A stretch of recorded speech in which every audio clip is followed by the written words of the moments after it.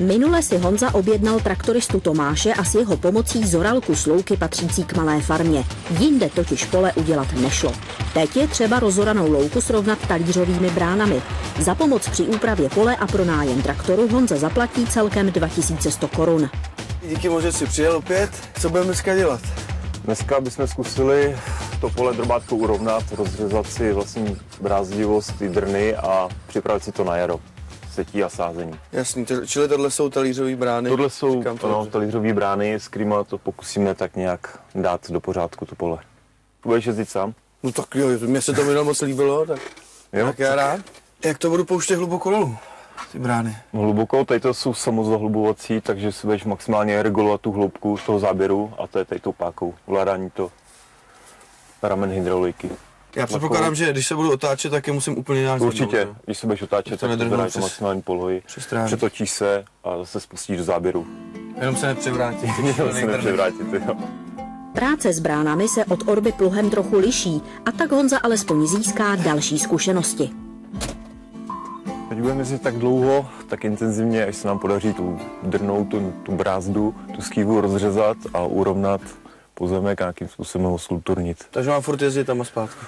Dokud to bude možný, ano. Dobře, ale mám jezdit pořád podélně, nebo mám nějak třeba jako uhlopříčně ne, stačí už podélně a to si myslím, že bohatě ten pozemek to zarovná. Jasně, že furt tam a zpátky. Ano, se to zbytečně nekomplikovalo.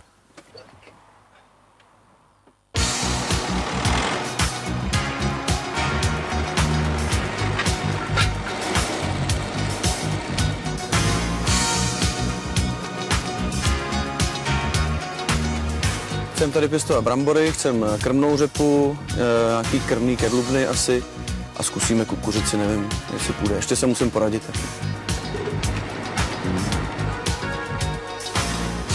Nejnáročnější bylo vůbec rozvrhnout, kde to políčko bude, protože tady všude je trvalý travní porost, kde se to dělat nesmí. Takže tohle je jediné místo a než jsme to zjistili na úřadě, to byl v podstatě jediný kámen úrazu.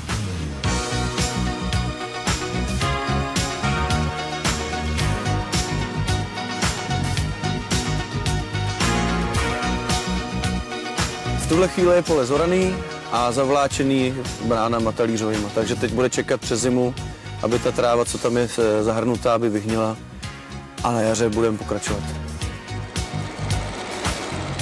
Honzovi to šlo bravurně, opravdu se ten stroj naučil ovládat skvěle a myslím si, že by nebyl problém, kdyby obdělal daleko větší pozemky a složitější technikou a mechanizačníma prostředkama. Povedlo se mi během krátké chvilky z louky, ze staré louky udělat, myslím, docela hezký políčko. I když mi teda Tomáš tvrdil, že v žádném případě se nemůžu převrátit, tak jsem měl pocit, že se mýlí chvilkama. Ono to v tom docela házelo hodně v traktoru. Já jsem měl fakt strach, že se převrátím.